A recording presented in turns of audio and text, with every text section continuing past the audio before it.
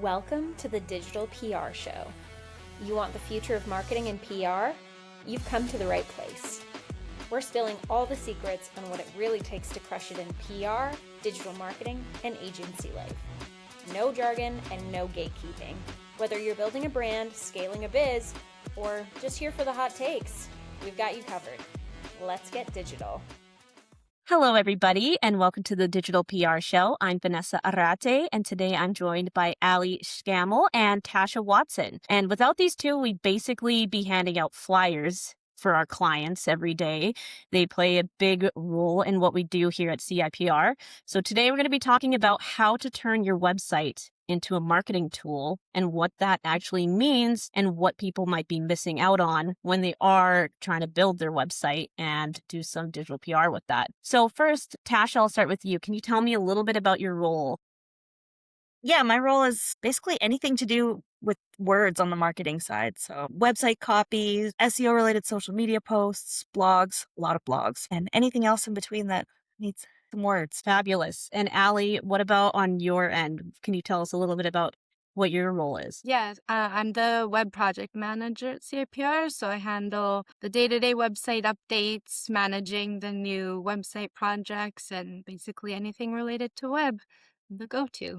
And maybe I'll just start off with Tasha. How does your roles kind of overlap? Because you kind of need one to do the other, I feel. So what kind of things do you need to do to help a client get set up for success? The words, the copy, and the structure go hand in hand. So Alli can design a great website, but if I don't have the right wording to put on it, that's not going anywhere. Or if I write something that's groundbreaking and exactly what our client needs, if our websites aren't built to pull off that message the right way, it's going to fall flat there as well. And what about on your end there, Alli? How does Tasha kind of assist with helping with the end results with the website, and what is your role in helping a client be successful with building websites? Fairly big role.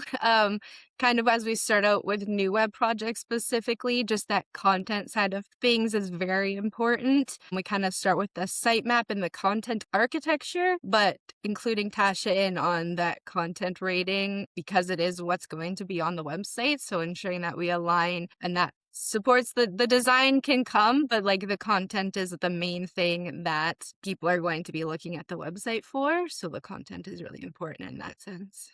And Alli, what is the very first thing you do when you're going to be designing a website for a new client? What kind of things do you need to know in order to execute that? Well, we first kind of take a look at the existing website and see where the gaps are there, content structure, just like the structure of the site in general. And then from there, kind of having that conversation with the client of where they see from their perspective, where they see the gaps and getting their input. And then from there, we start with the sitemap, where it will be the new structure of the website, get the approval from the client on that, and then move into the content and actual design of the website. Tasha, what are maybe some misconceptions or things people might not understand about why your role is important? It's one thing to just tell people what your business does, but when it's a website for marketing, people don't want to be reminded all the time that they are being sold to.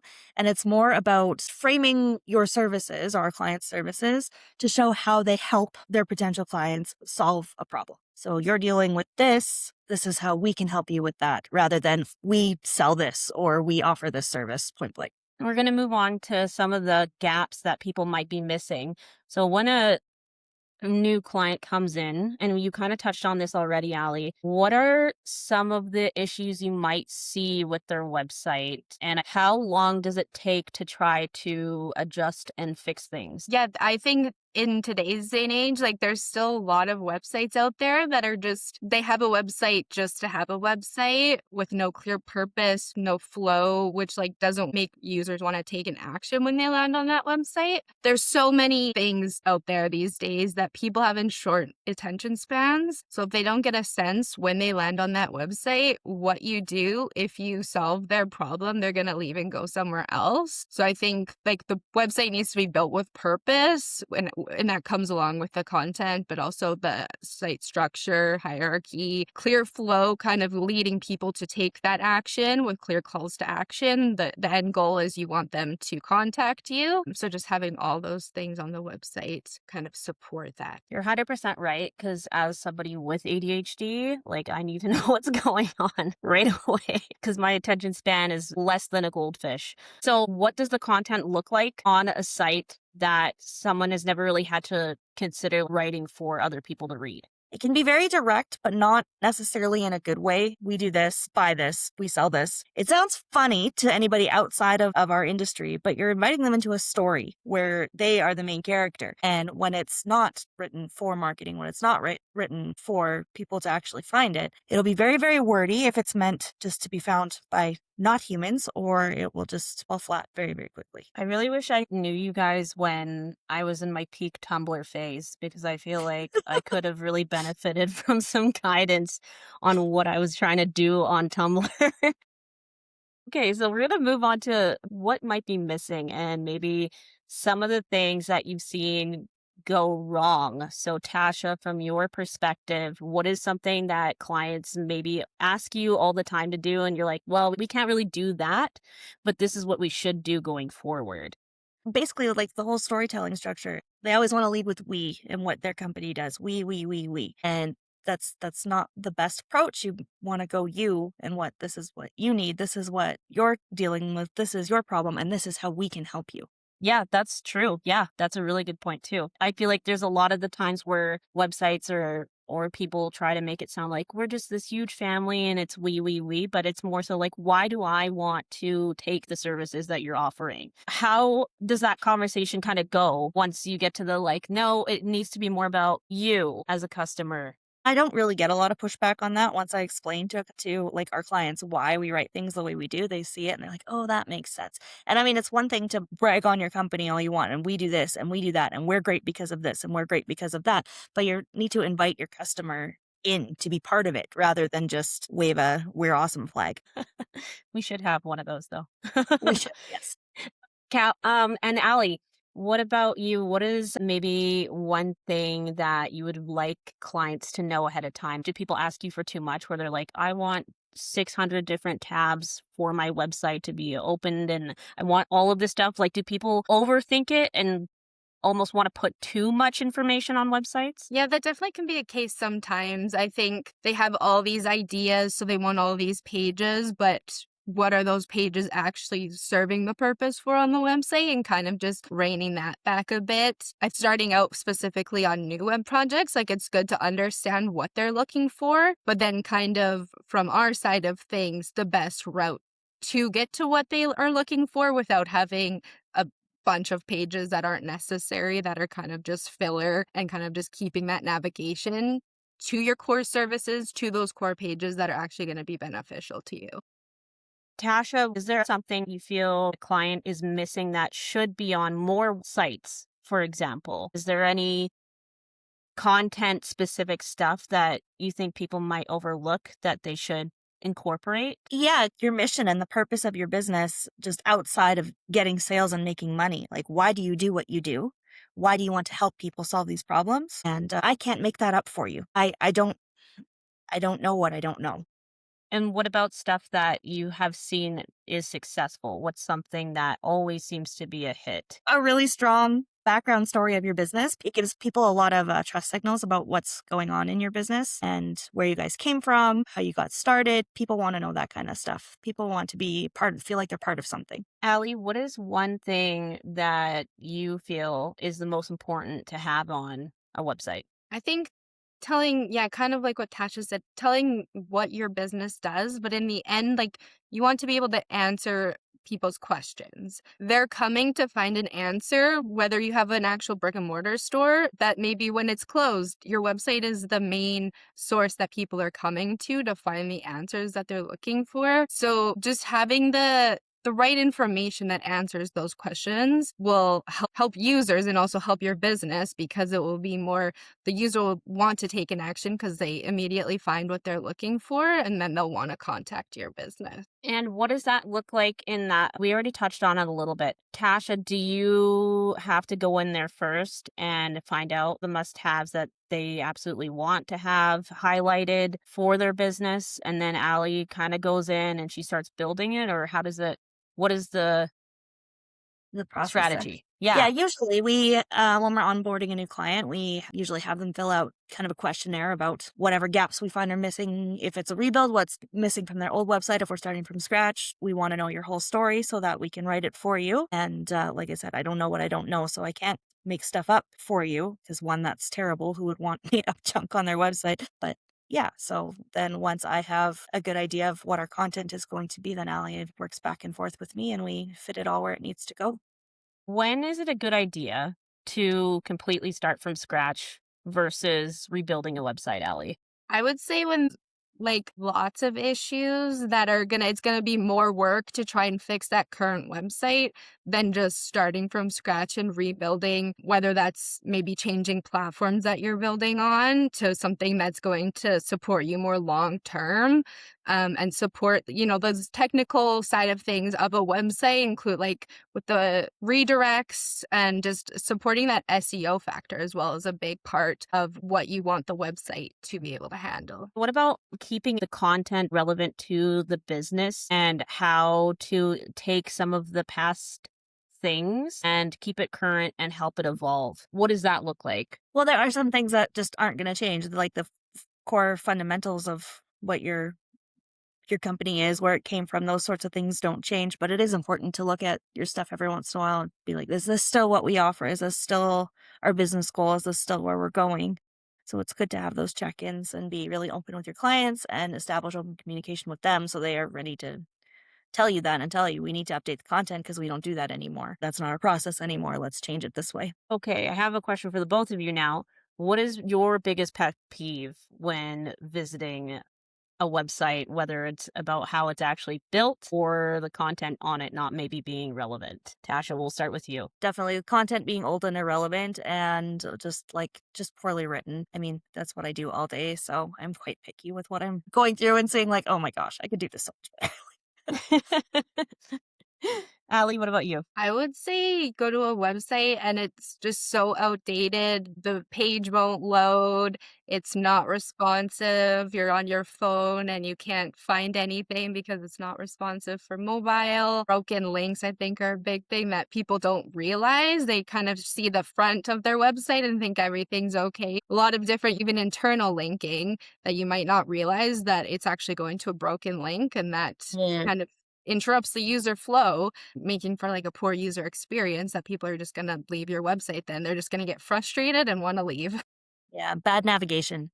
It's another one. Yes. Yeah, that's a good one too. Oh my God, that is my biggest pet peeve, especially when it's under something like the facts section specifically. And then it's like 404, this link doesn't work. And I'm like, cool, Yeah, it now just puts you in a loop of nothing. yeah. So how does one avoid that? Is that something you need to talk to the clients about, like regularly, always checking? How often do you have to make sure everything is working properly? Well, we do fairly regular updates with that kind of thing. We're pretty hands-on on our websites, so that's not usually something that we or our clients have to worry about. Thank goodness. That's Kind of because just we don't let work it here. happen. Yeah, exactly. I definitely couldn't manage a website at all. Like I can barely manage making dinner on time. So a website, and like I said, if you ever saw my Tumblr, it's pretty dicey. Okay, so you could give a brand new client one piece of advice. What would it be? Allie, we'll start with you. I would say if they're looking at what their website currently has, I think start small. Like the website doesn't need to be a complete overhaul in one day, especially if it's a larger website. Like you need time to go through pages, think about how things are versus how we could improve upon, making sure that the website information is up to date and still relevant, and kind of just starting page by page, going through, are there proper headings, is there proper structure to the page? Because also you want to, though you want to be answering users' questions, you also want to have it structured in a way that like search engines and LLMs are going to be able to read your website and understand, because that's also going to help in the whole marketing side of things. Because when you also think about it, everything's kind of leading to your website. So if your website doesn't have that structure and clear information for even search engines to understand, you're not going to be showing up when people search for you. Advertising, people are going to come to your website and say, like, what am I doing here? I don't know what this website's even about. So just starting small with each page, working on updates for the pages, and then we can work together as a whole, and the website can support marketing efforts better.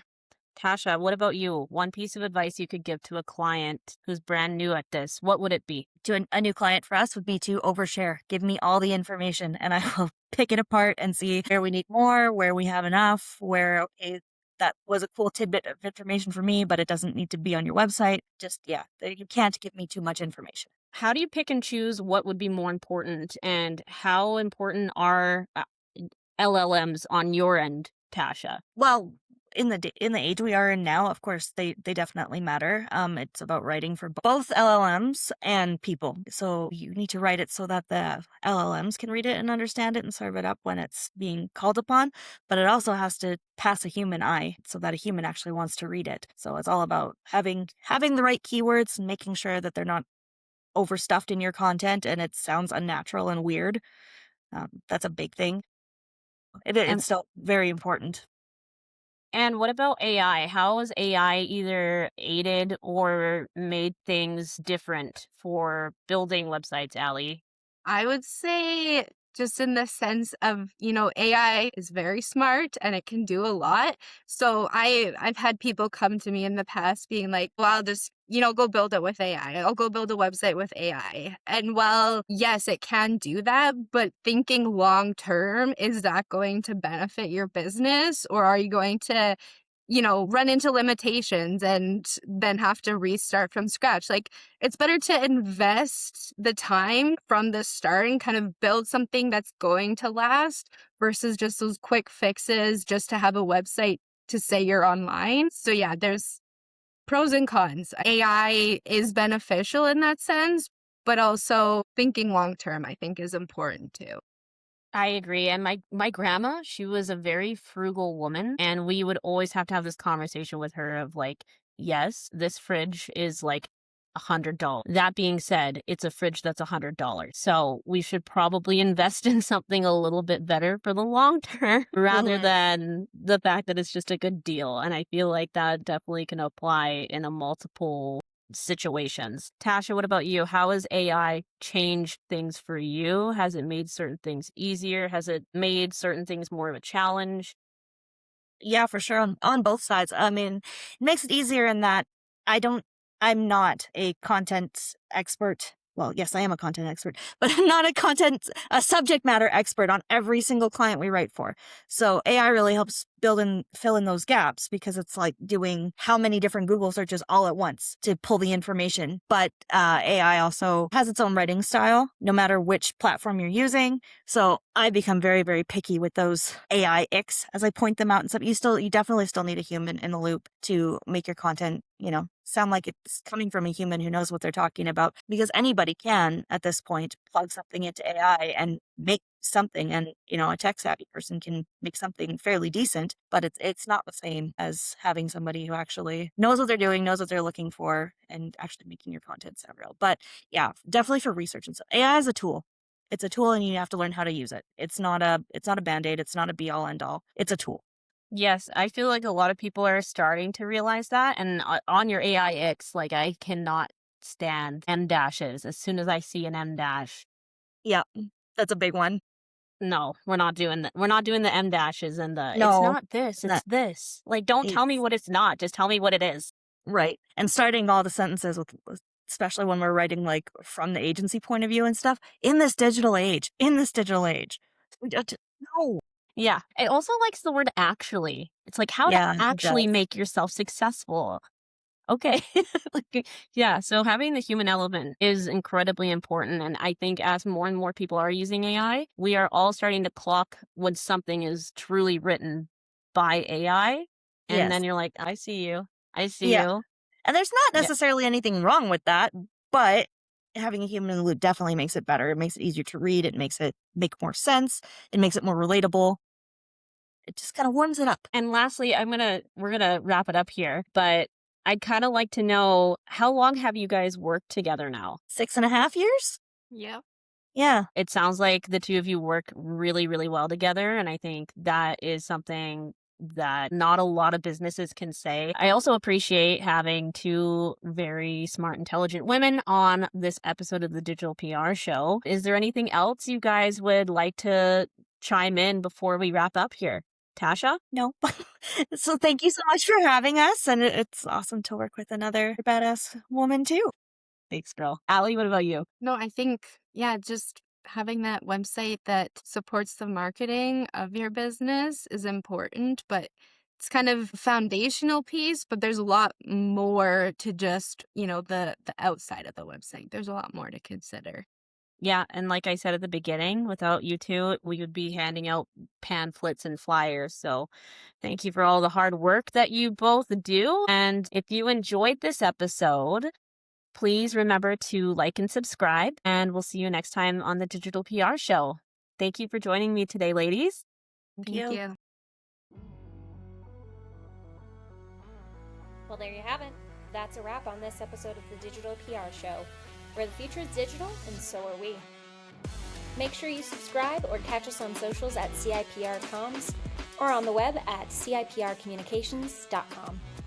Talk soon.